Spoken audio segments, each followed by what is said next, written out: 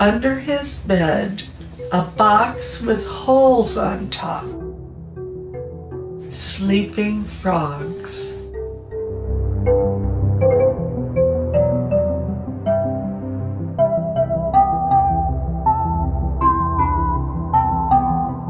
Old year turns to new. The cat twitches her whiskers.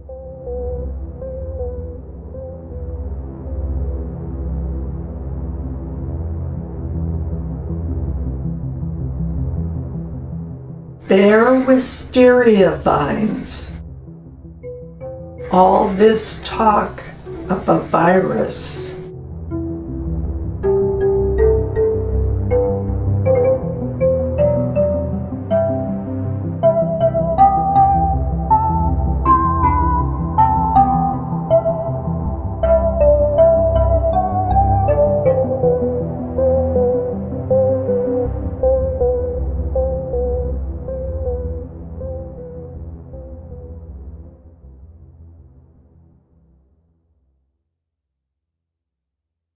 It is a moment in time captured simply in simple words, but something that moved you at that time.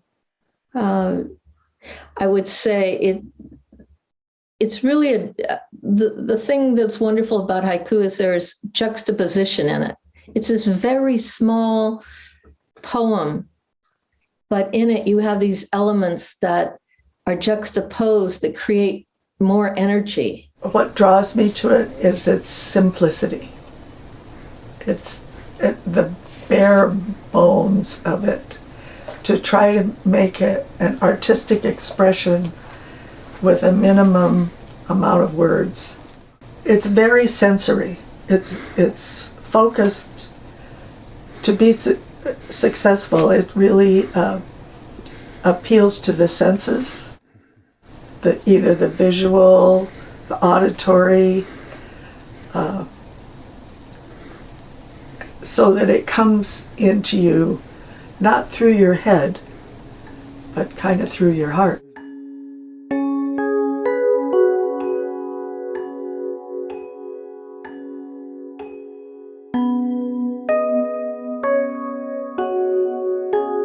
Kiyoko Shibata grew up in Saga Prefecture, Japan.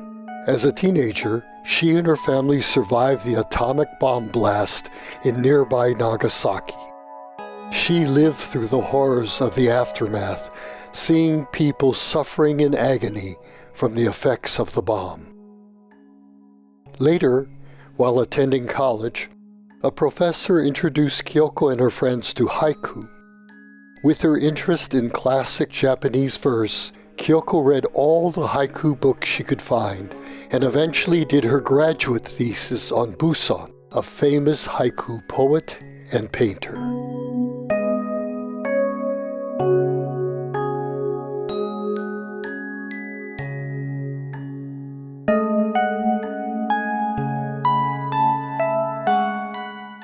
Kiyoshi Tokutomi was born in Watsonville, California in 1923.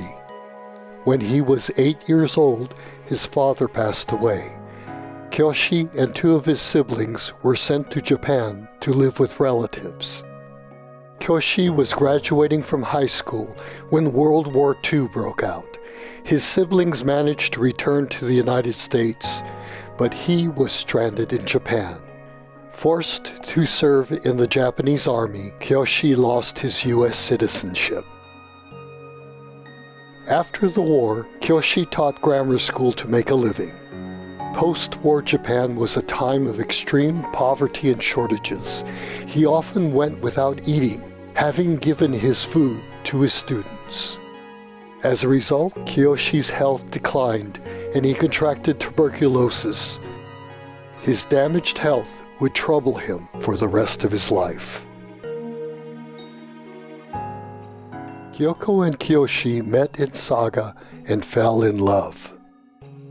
Kiyoshi was able to get his U.S. citizenship reinstated thanks to the efforts of his mother.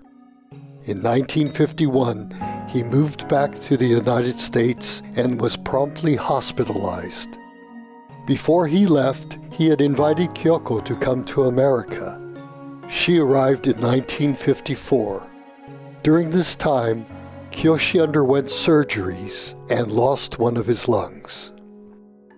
Kiyoko spent her days learning English at San Jose City College and being at Kiyoshi's bedside. In 1957, Kiyoko and Kiyoshi got married.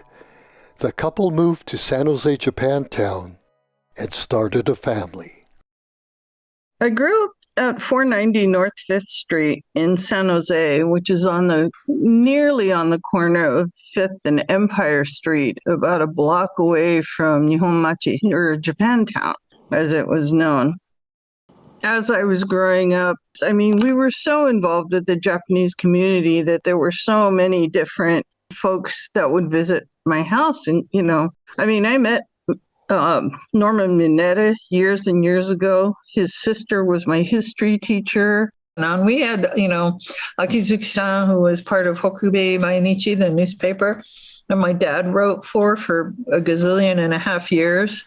He did both Japanese and English, and he would always have me double check his English. They had, other different Ishimatsu-san that we were talking about last night, and some of those people were over there off and on. But I have an image of myself standing up on the seat of the Volkswagen Bug with the window halfway down, holding onto the window and looking up at a balcony and seeing a tall, black-haired man with glasses in a green plaid robe waving at me. That was my dad. And then the next image and thought I remember is going to the hospital and taking the elevator all the way up to the top floor and, visiting my dad in the TB ward, having to take TB medicine every day for forever and having to get x-rays all the time. 1967. Kiyoshi, who has had trouble all along with his lungs, gets pneumonia, and they give him an antibiotic that has a side effect of deafness. So he loses his hearing. As a result of him losing his hearing, Kiyoko is trying to think of ways to help him be in society. And one of the things she thinks about is haiku. That she thinks he might like haiku, and it would be a way of communicating and being in a group. And so that's how they go to the Japanese language haiku division of the Yukuharu Haiku Society. And the more my dad got into it, the more he got into it. It was a big part of his life. He just got so involved in it, and he decided that he wanted to share with the English-speaking community. He thought that would be like the greatest thing in the world. And that was how he got involved with creating the society. The Friends of the Library had an open mic poetry reading on Saturday afternoons once a month. I was going to that, and that's where the Tokutomis came. I think it was September of 1975, and they stood up and they said, we're going to start teaching haiku at the community center in the Sumitomo Bank once a month on Saturday afternoon. And I said, exactly what I need. Fits my schedule exactly.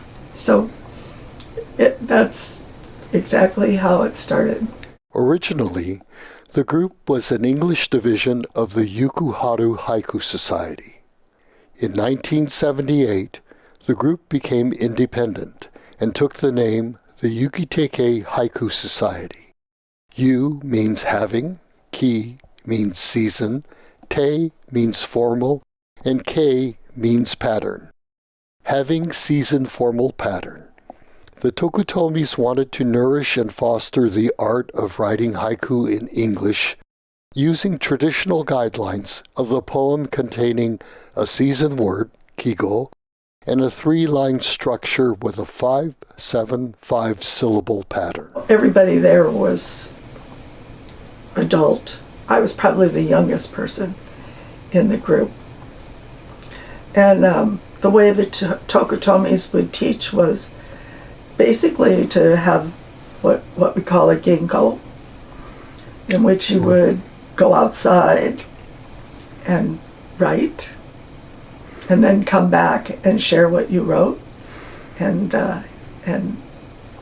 Kiyoshi would discuss your work. A meeting would always include writing haiku, and we're going on a ginkgo, which is a haiku walk.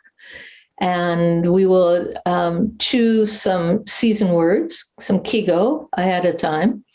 And then people would go and walk and write and maybe come back in an hour and you share. And we either share just going around in a circle, or we might have what's called a kukai, which is an informal, that would be an informal one, where you put in your haiku anonymously and then people vote. And you never vote for your own haiku.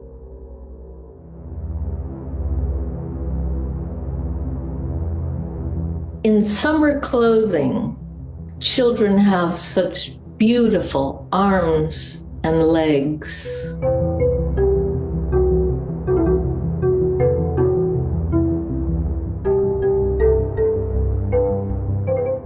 It's a long line of cars at Santa Rita Prison. Easter morning rain.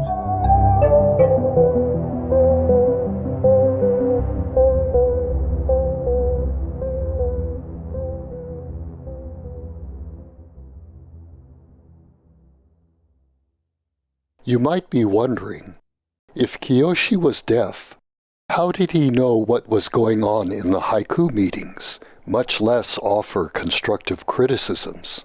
We communicated by writing notes. He never learned sign language or lip reading. It was all through notes. And how she would communicate with him, like in the haiku meetings, if somebody was talking, she would use her arm like it was a tablet, and then she would air write. You know, the person is speaking in English, right? But she somehow, I think it was shorthand, you could write Japanese faster or something. She would write it like Japanese characters, what is being said, and he would read this. So that's how without talking, without notes, but just this air writing, she kept him informed on what was going on. It was amazing. It was amazing. It was amazing to watch. None of us could do it, so we all had to write notes. Kinpatsu no sasui o hiku to ya bon odori. With her golden hair, stepping forward, stepping back, the lantern dance.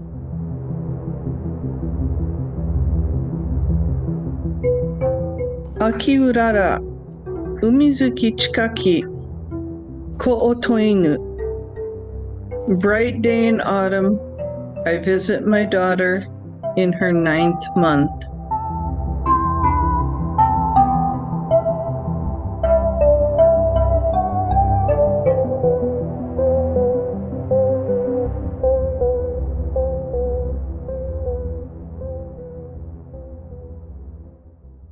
In addition to socializing, writing, and critiquing at the society, Kiyoshi began publishing the members' works every month. And it consisted of members submitting their haiku anonymously, and then voting on them.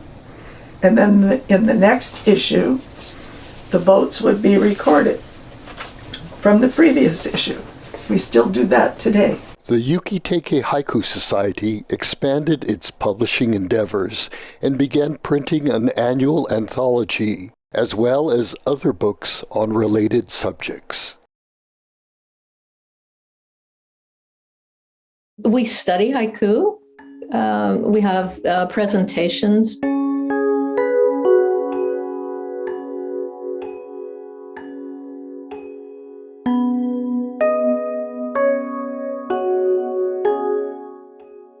We also go on adventures. You know, we might go, we have a moon viewing party every year.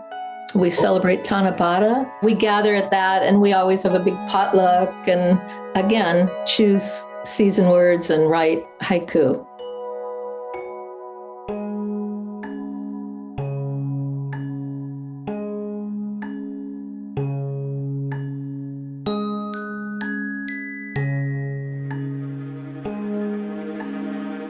In 1984, one of our members, Jerry Ball, he joined early. He came in about 1977. And he was a teacher at Chabot College. He thought of the idea of having a retreat once a year at a Silomar. Which is like going to camp with your best friends.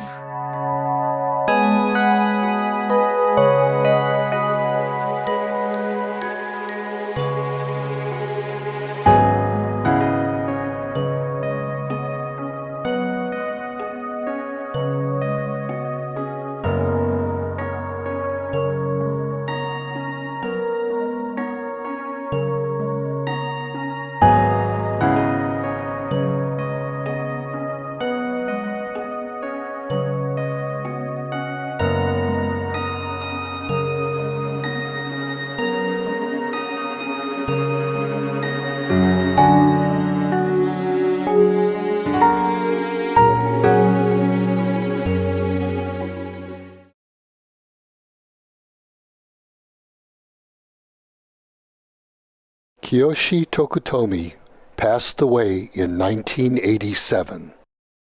Though saddened by the loss, the Yuki Teikei Haiku Society was able to continue because from the very beginning, the Tokutomi set up the society so it could operate independently of them. At the 25th anniversary, Kiyoko, in her address to the group, said that she attributed the strength of the organization to Kiyoshi's decision to not keep the presidency to himself, but to have different members become president.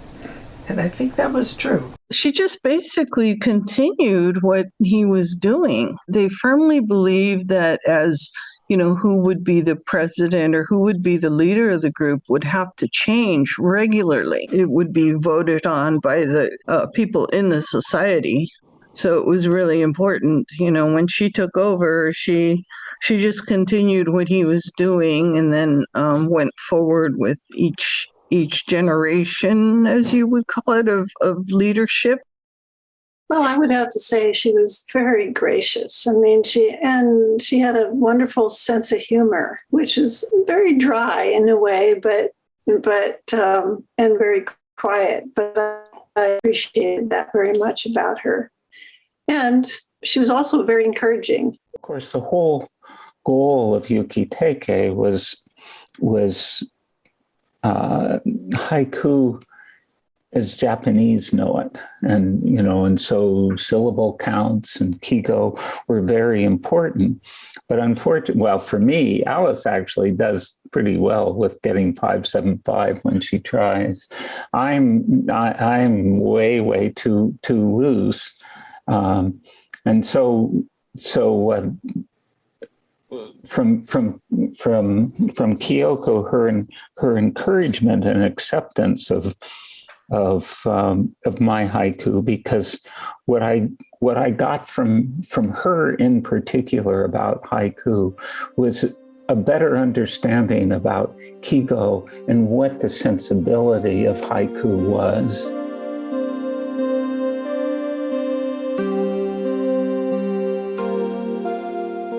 one red leaf turning once and back again in the breeze.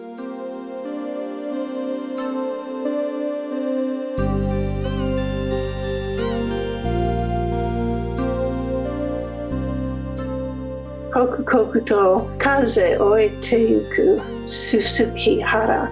Slowly, the wind is aging the field of pampas grass.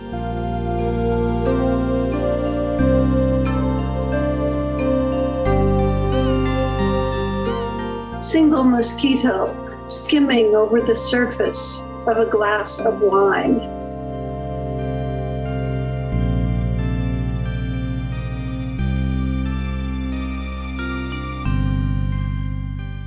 Distant thunder, still the river moves no faster.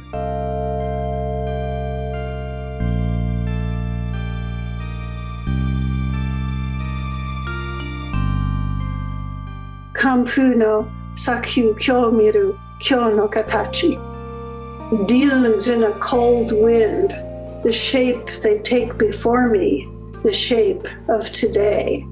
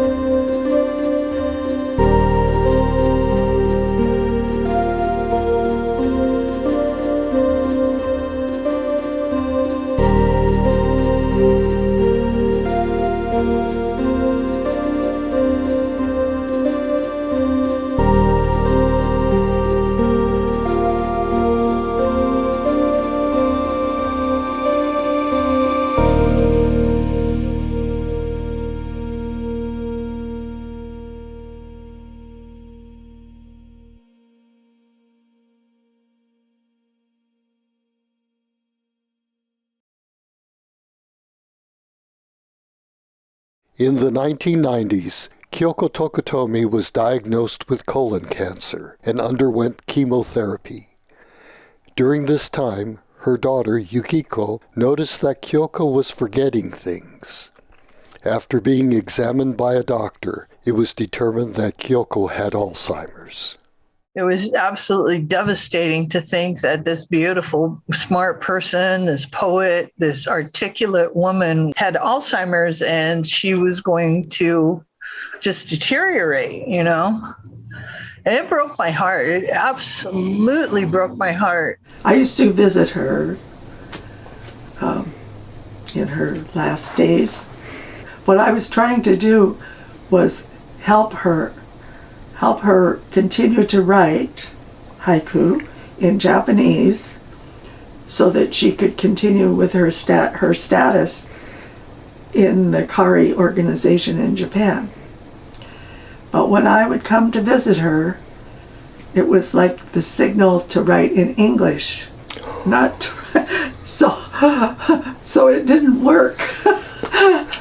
So we would write haiku together, but she always wrote in English when I was there. At the time of her illness, Kiyoko Tokutomi had been living with her daughter Yukiko and her family in the Santa Cruz Mountains. The Yuki Teikei Haiku Society always had a wonderful relationship with Yukiko, who is so supportive of her mother and her haiku interests. In December 2002, Kyoko's Sky, a book of Kyoko's haiku, was published. Patricia called me and said, "Oh, there's this winter Christmas gathering, and can you come? Can you bring your mom?" And I said, "Yeah, I'll definitely be there." Well, it was a crazy stormy night. I mean, it was blowing wind and rain and everything else. And so I put my mom in the car, packed Nick, headed over the hill, Highway 17, in this crazy storm over to this party. And in the middle of this party, we were all eating and talking and stuff. They brought out my mom's book, Kyoko's Sky. And that was the first time that they had gotten it. It was the presentation of Kyoko's Sky, the book. And I handed my mom the book, and she opened the book and saw the first page. And she just suddenly stood up. She walked to the front, and I looked at her. And she suddenly started reading her haiku in Japanese. And Patricia, just picking up the cue in an instant, ran over to her, stood next to her, and read the English. And they went through the entire book.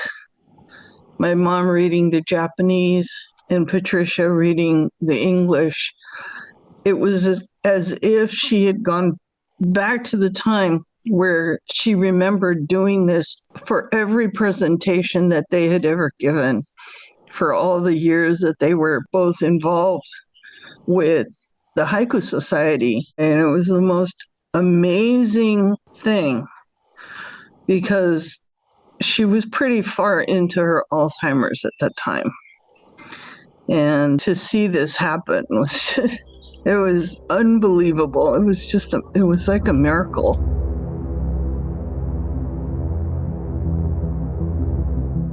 Kiyoko Tokutomi passed away 2 weeks later on Christmas Day.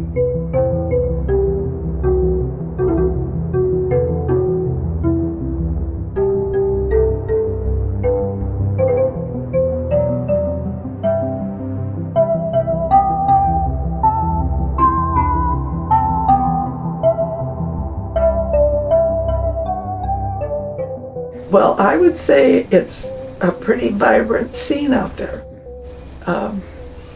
I served on a panel for the Haiku Foundation. The Haiku Foundation is an online haiku platform, and they have every year a contest for the best book award called the Touchstone Award.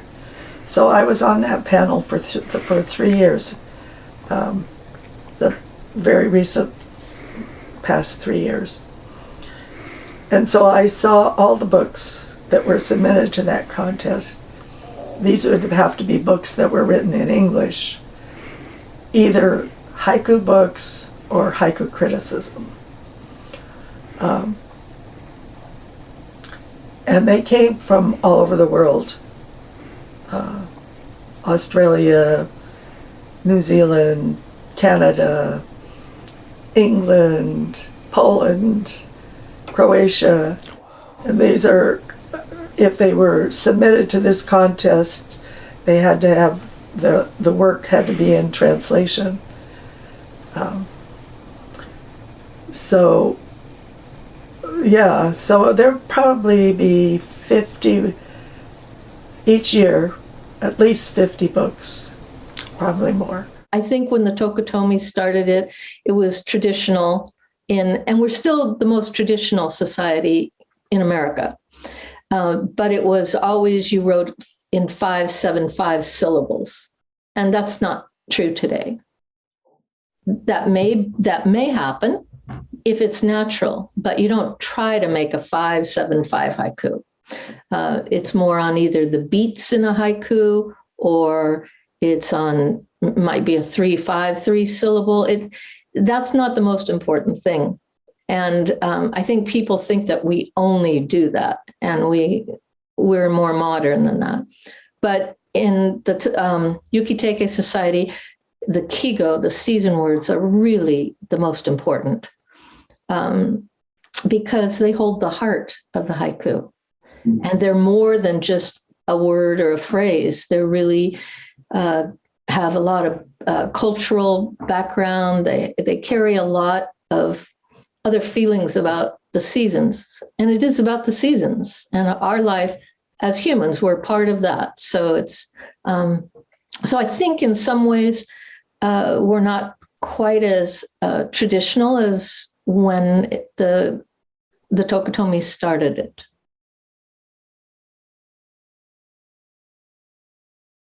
My mom and my dad had an amazing relationship. For all of the, I don't know, for all of the love that they had for each other and respect that they had for each other and everything else, I mean, it's kind of crazy because I never saw them doing the American thing of hugging and kissing and all that kind of stuff. It was completely private, that part. Not even holding hands, you know. When my dad needed support, he would put his hand on her shoulder and they would walk together that way because he would need support. He would get tired and that was okay. but nothing else. But the poems that she wrote about my dad after he passed away is pretty expressive.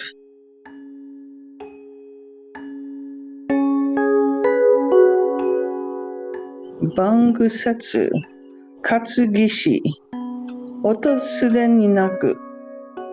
April Fool's Day. My husband who loved to play tricks on me, already gone.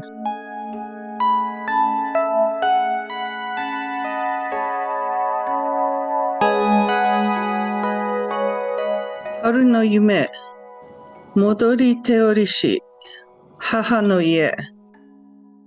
Spring dream, I am back in my mother's home.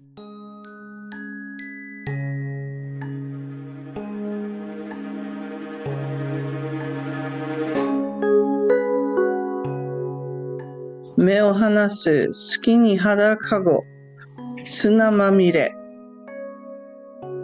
Taking my eyes away, for 1 second, and this naked child is covered with sand.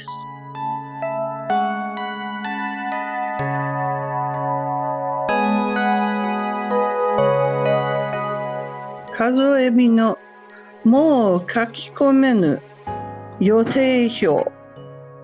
Last days of the year, no place left to scribble in my date book.